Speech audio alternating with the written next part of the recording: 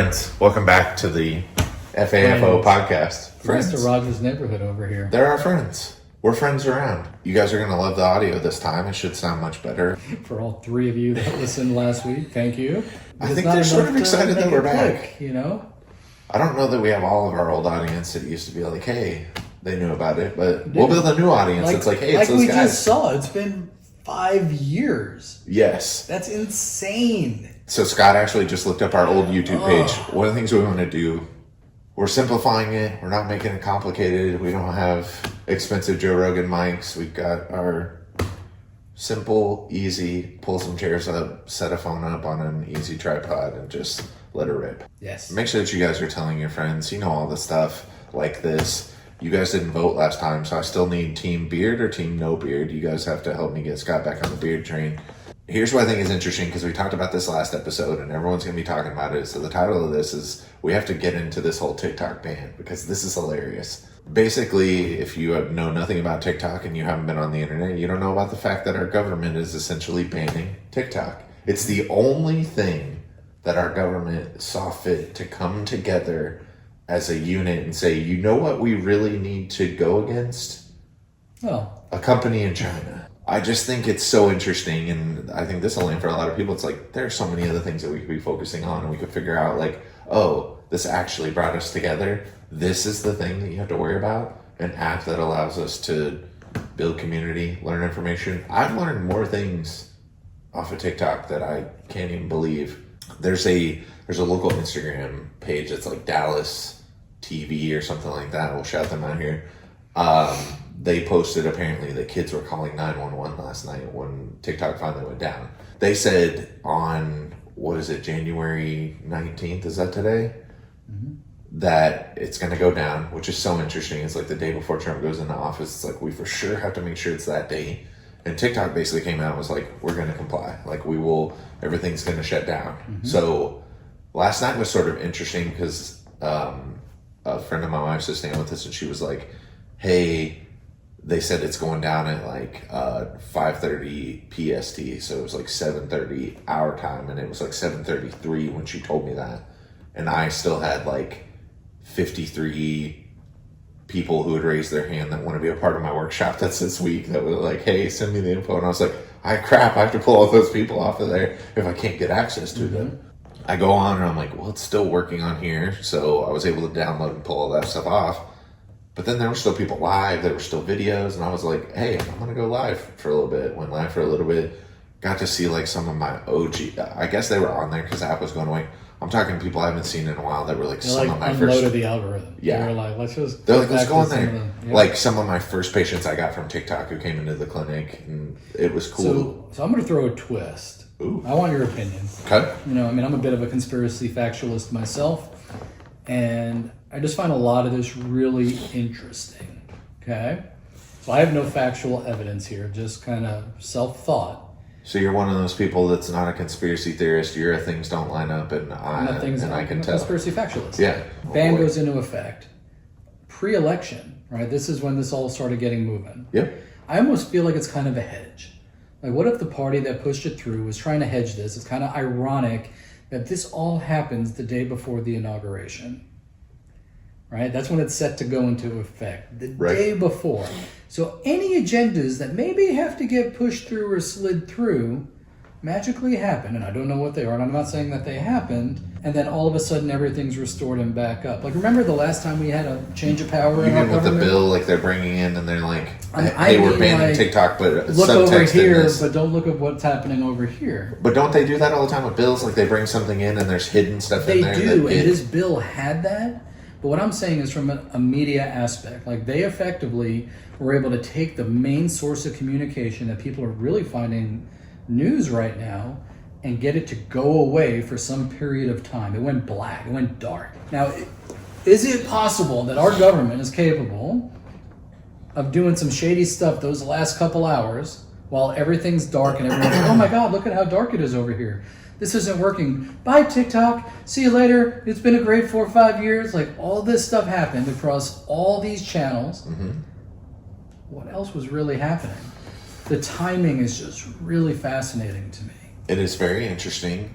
Like, remember at the last time power was changed, and like, Iran was sent all kinds of hundreds of billions of dollars, and weapons were left behind, and like all this other stuff was happening, and then we all found out that happened. It was like, oh my goodness. Yeah.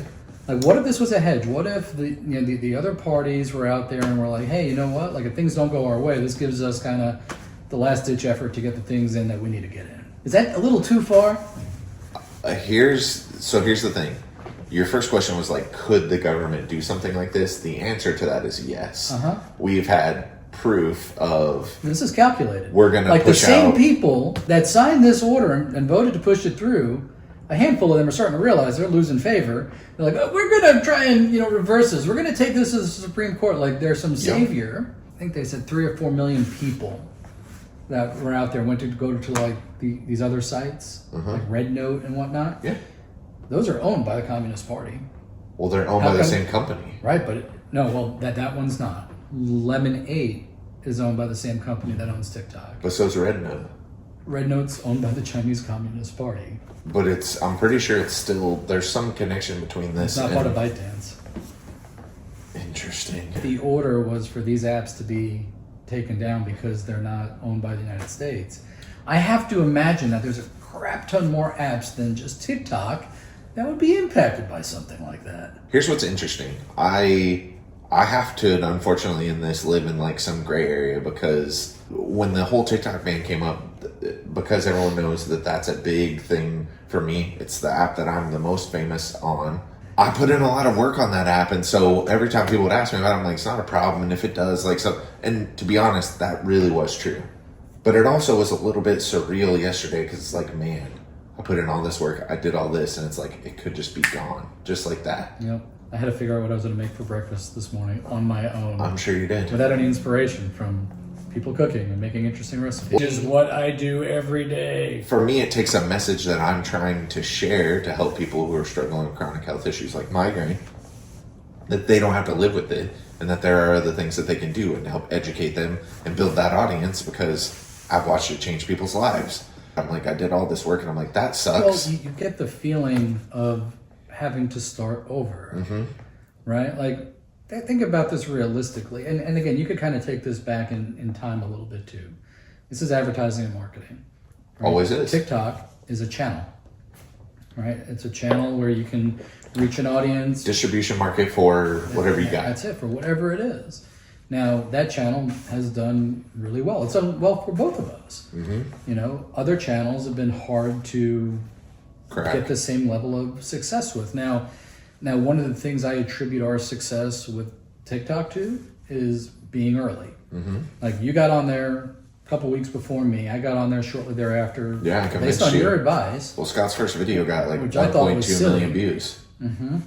So it was like, wow, this is kind of crazy. And even trying to replicate that on other platforms, it just, the formula is, it's like it's been figured out. Like, it doesn't have. And their algorithm is different. Like, their algorithm, the cool thing about TikTok is like, you don't have to have a following to get views. Every other channel, your page is only going to get shown if you have enough subscribers on YouTube, if you have enough followers on Facebook, if you have enough followers on Instagram. And even that doesn't necessarily show up true. Instagram's algorithm, which is funny because let's put a pin in, let's talk about what Instagram did, because this is part of why I have issue with like, what was the master plan here and what were we working?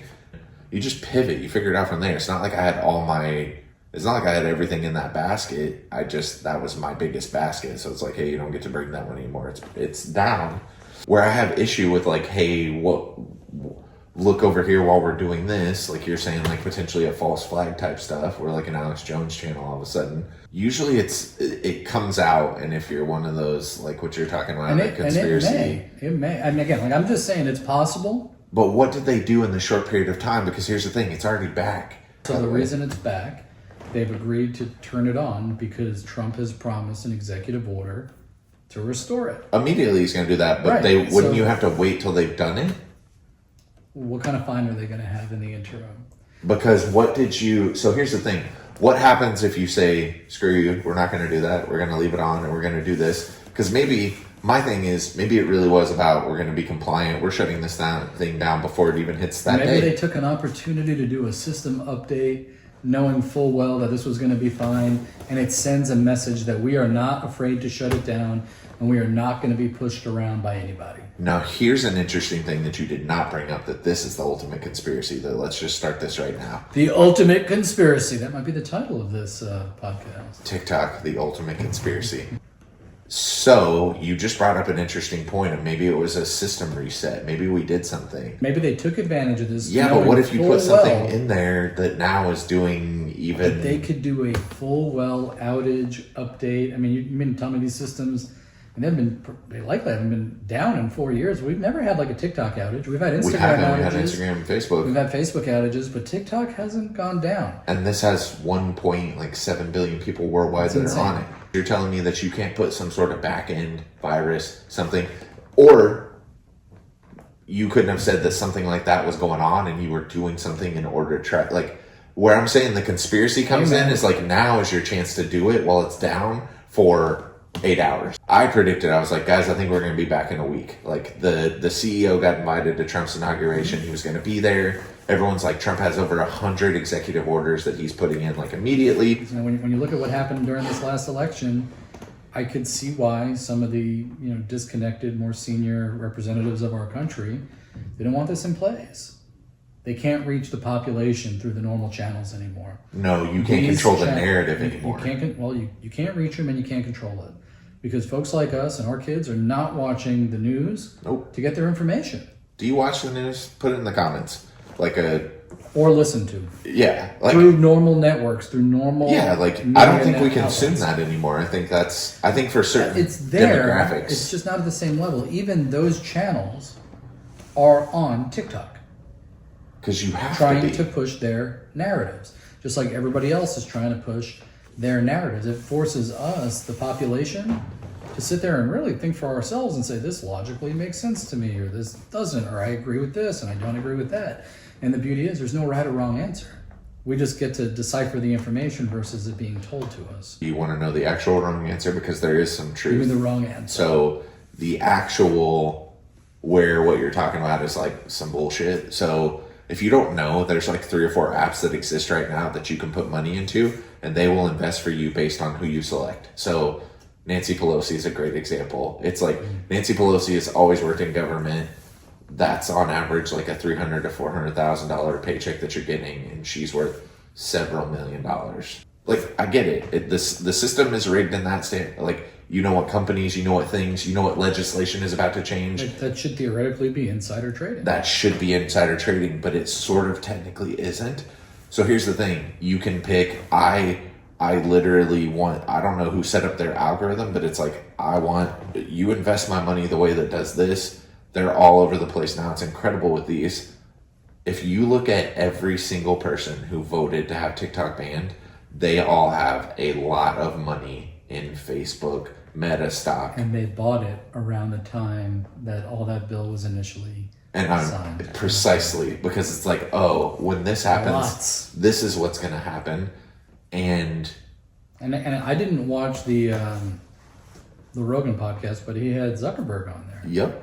Zucker's changed. He's kind of changed his tune. Dude, he brought Dana White onto his board of advisors. He could have been, infiltrated and be an alien now too. I mean, there's no telling. Well, everyone's already said that he's an alien. There was like some video of him drinking water weird or something like that, and they're like, this dude's an alien. Like, people will take anything to make something weird, and it's like, oh, they're alligator people. Like, I think like Bezos, Zuck, Musk, aliens. I don't think it's that complex. No. I think Elon Musk is on a spectrum that nobody can even understand. Elon. I think it's almost like it's out there. How many other people do you know named Elon? How do you feel about the whole thing with aliens and that they exist? Like, basically all the information's coming out. I'm sure it's there. But what do you think of like classic like movie aliens, or do you think it's something different that we can't even really fathom? I don't know. I mean, alien would be kind of really anything different than us. Right, so what we know is what we know. How do we know? Interesting. I don't think I know the definition of an alien. Right. So, like, to me, alien would be different, right? Because we have people who come to our country, they're called illegal aliens. That they are, because they're different. I could look at dogs and say, they're kind of alien, they're different. I could look at some of the stuff in the ocean. Well, that's next, right? Like, are octopus alien? they're wicked freaking smart. They're down there, they're surviving. Like, how do we know that most of the sea life in the ocean isn't alien? We don't. We have no understanding. We just kind of know like moderate depths. It Not is near scary as deep as it could be. how little we know of the ocean. Like when you Or realize of really everything. We have no idea. Are insects alien? Like, does alien require you to be from a different planet? If you do come from somewhere else, what if you can breathe oxygen? What if you can take form? I mean, there's, no telling. Sci-fi goes wild in this category Big for time. sure. But we have no idea. Like, all I keep thinking of is Men in Black. Like, I watch Joe Biden, talking, and I'm waiting for the head to pop up, when and it's the guy to be yeah. talking, or every time I see a pug, I can't even take it seriously oh my anymore. gosh, Like, I love it. I'm pretty sure they know. If you've never seen it, what a great reference, because it's like they have all the screens up of celebrities They that really are aliens. do, It's like, And it's Michael Jackson, it's this one. Yeah, and it's fascinating. Like, is it a prophecy? Is it a true story? Like, who the hell knows? There's a lot. There's more we don't know than what we do know. That I believe. What do you think about unidentified flying objects? I think if they were really unknown, we'd be shooting them down. But here's the thing. What about the ones that have been captured? Based on the footage, I'm like, I don't know if it's fake or not, but the ones that have been captured doing things that aren't I have no idea. possible based on the physics, the way we understand. Where I wrestle with this is like, I'm going to sound so selfish saying this, Yeah, but I'm like, same. what impact does it have on me? Unless it changes things in wars with other countries Yeah, or... but you could say the same thing even with government and politics and everything else. Like, what impact does it have? Well, the reality is we're either going to pay a little more taxes or a little less taxes. That's pretty well reality. Most of the stuff that Always. impacts us is going to be local government, of which the majority of the population doesn't really bat an eye at. Or isn't involved in it. Yeah, we can't control it. We could argue about it. Like, people get into fights about it. People stop being friends over it, and it's stupid because like we can't control it. Like it's one of those things. If you can't control it, don't put the energy into messing with it, and that makes it just a waste of time. Here's where I do jump on your train of like conspiracies, and it's like when all the stuff with we're going to release all these files about Area 51 and the types of life that have been found, and guys are under oath testifying, and they're talking about this and how it exists and how they've done this work, and it's like, I get it, but I ask what you asked. Why now? Why is this coming out right now? What are we trying to not pay attention to? I don't know. It's like it's saved up. Like, there's a bank of this stuff saved up, and I can't really explain why everything happens the way it happens. I just know that most of it has no impact. So, let me ask you this: what'd you do last night when TikTok wasn't working? You were futzing around on Instagram? Did or what I was Facebook, doing anyway. I was watching football games. I was watching the Commanders, who stole our coach, and a lot of our players play great and make it to an NFC championship. So it was like a third of your time was just given back to you to reallocate to stuff that you're already kind of doing anyway. But I'm also, listen, I'm not going to sit here and be like, I don't consume like you people do. I do. But for me, it's more of an outlet of like, a lot of times when I'm on there, I'm responding to comments, I'm following up with messages. Like, for me, it would have only opened up of like... Yeah, we could argue that it is business, right? We could say we wouldn't be on there if it wasn't for our businesses. And for part of it, that's true, but the majority, I don't think that's the case. I would be on there, period. I get it. Like, it's an app. For me, when I learned, it's a place that I can learn and gather let me information. ask you this. Has social media become addiction? Yeah, big time. 1,000%, right? We're micro dopamine addicts, for sure. We can get into a whole thing on that. Like, so maybe on the next episode, we need to kind of like do a little bit of a deep dive on that. oh, Because it's interesting, because it's socially accepted. Like, is it any worse than smoking or drinking or any of that? It can be, but here's the problem is developmentally for you as a human, do you think the same way that you did when you were your daughter's age? No, I think, no. Because But you couldn't. I don't think at my daughter's age right now, they're even thinking the way we're thinking.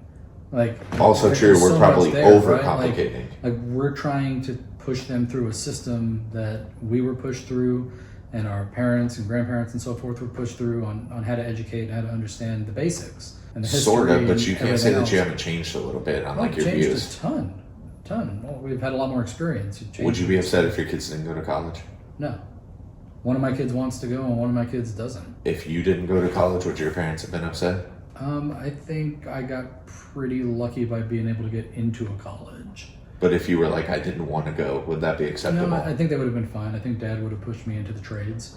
and I would which I have done think, something. which I think makes sense, and I think it's possible. And he was in the trades. But I'm not the first one pushing this story. But it's like there was a time where it was like, this is what you do because the return on your investment makes sense. But it's not there anymore. But it's not there anymore. Like if you want to do what I'm doing, then you don't have a choice. Well, You have to go down that route. to practice with a license, you do, right? But then you have a whole there bunch are of people types who- of docs that are holistic, that are, you know, witchcraft, right? That have their own way. That Sure. you know, some of it works for people, and some of it doesn't. And I don't know if it's a sugar pill or not.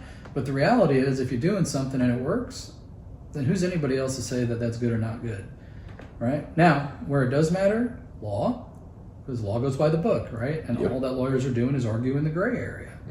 That's kind of important. Engineering, well, you know, we don't want to repeat a videocracy. You know, we don't want to have people that can't build highway systems and buildings that are not safe and things like that. I think there's a level of education that has to happen with that. And I agree with you from a doctor aspect. If you're a doctor that's going to be cutting people open or doing transplants and shit like that, you're going to be a doctor that went through the system and still be a shitty doctor. Yep. So it's like, you know, there's a lot there, but I agree with you that it's changed. And I think the majority of us, and I'm at that point right now, like my kids are of that age where college is there. And, you know, the thing is, not many kids know what they want to do, and they shouldn't have to know, but they need to have a plan. Okay? It's true. So one of my kids wants to be an engineer, and she's, you know, been working at it, and she kind of she knows what she wants to do. She knows where she wants to go. She's done excruciatingly well in school, and I'm incredibly proud of her. Like, she's going to hit all of her goals, right? My other daughter is an incredibly talented dancer, and she would love to be able to do something with dance. But we all know, like, dancing, acting, things like that, you could be the best in the world, comp's not always there, and she recognizes that. So she wants to be able to do, you know, one of the cool things she said to me was like, hey, Dad, you know, I think I don't necessarily want to go to school. Like, I want to do a couple of different things, so I have multiple streams of income. That way, if one falls off, I've got the others to lean on. And I'm like, man, that's, you know, that's really smart. And then I kind of looked in the mirror and I was like, shit, like, she learned that from me. And I don't know that that's good either, because I don't know what I do is really entirely healthy for a normal person either. So I don't tell the kids what to do. I kind of do like we do on the podcast, right? I ask questions and then I listen. And, you know, one of the things that Charlotte came up with that I really kind of liked, you know, both my kids want to travel, but Charlotte's like, hey, you know what? Like, I'm thinking I'd like to go work on a cruise ship for a year. So what if your kid took a year off, which isn't uncommon, and even when we were growing up and going through school, it wasn't uncommon for kids to take a year off. Yeah. That was okay, and it was accepted. And because you know what her comment is? I can go to college whenever I want. She's not wrong. Still true. She's not wrong, right? Because if I could go work on a cruise ship as a dancer, be a part of a show, and see the country and meet all kinds of people, And be exposed. she's like, how would that hurt me? And I'm like, you know what? That's a great idea. Like, I don't think that would hurt you at all. I said, I don't think that's a bad plan. You don't even know what's going to come from that. Who do you How connect many with? people is she going to meet over the course of, if 52 weeks a year, that boats out, and every week's a new group of people? I mean, and you know, relationships are a big part of this world of if you're doing anything like that. Dude, you got to be able to connect and have relationships. I'll give you one better on the depth of her intellect on this. Get my housing taken care of. I don't have to pay rent. I get paid. I get to perform. Yeah. I get to do what I want to do, and I get to go see cool places. 100%. Like, is that not brilliant? Like, there's no expense in her plan other than make money, save money, enjoy life. Yep. Which, isn't that what we should all be doing? I think I struggled myself when I was trying to figure all this out and like knowing what direction I wanted to go.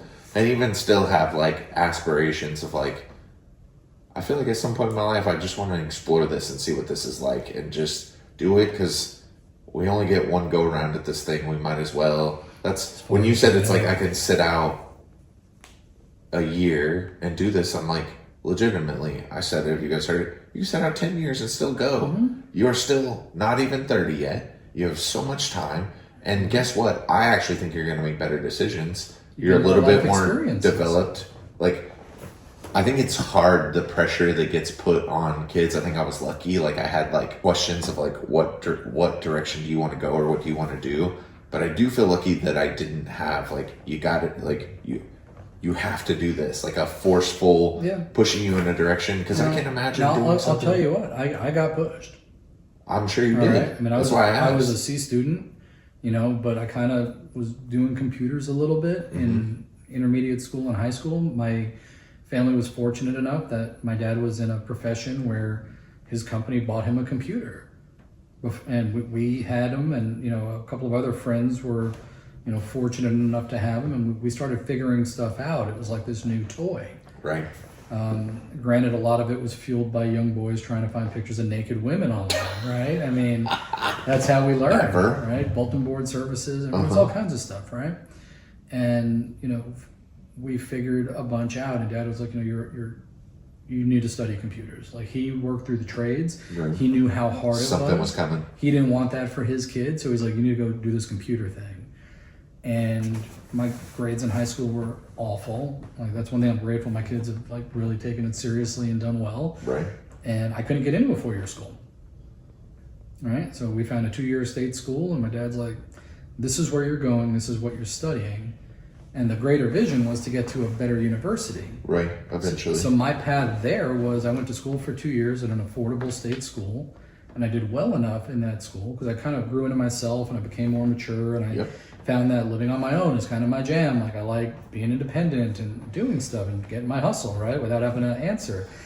And, you know, we went through it, and I was able to go to the next university, which was a, you know, private institution in New York.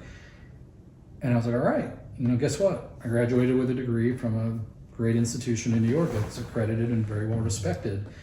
But my journey there was a lot different than most. I saved a ton of money by going to this other school, and I grew a ton by going to this other school. So one of the things I look at now, right, and your kids will come through in a few years, and you'll see it, is there's so much pressure the senior year to take AP courses and SATs and ACTs and everything else to stay on track and on par with what everybody wants you to do and expects you to do and what society tells you should be doing. But the reality is you could go to community school for 2 years, save a crap ton of money, learn a skill, so you could actually like kind of work through school. So whether you want to go into the trades or anything else, you go learn a skill and you could get your, you know, base liberal arts credits out of the way.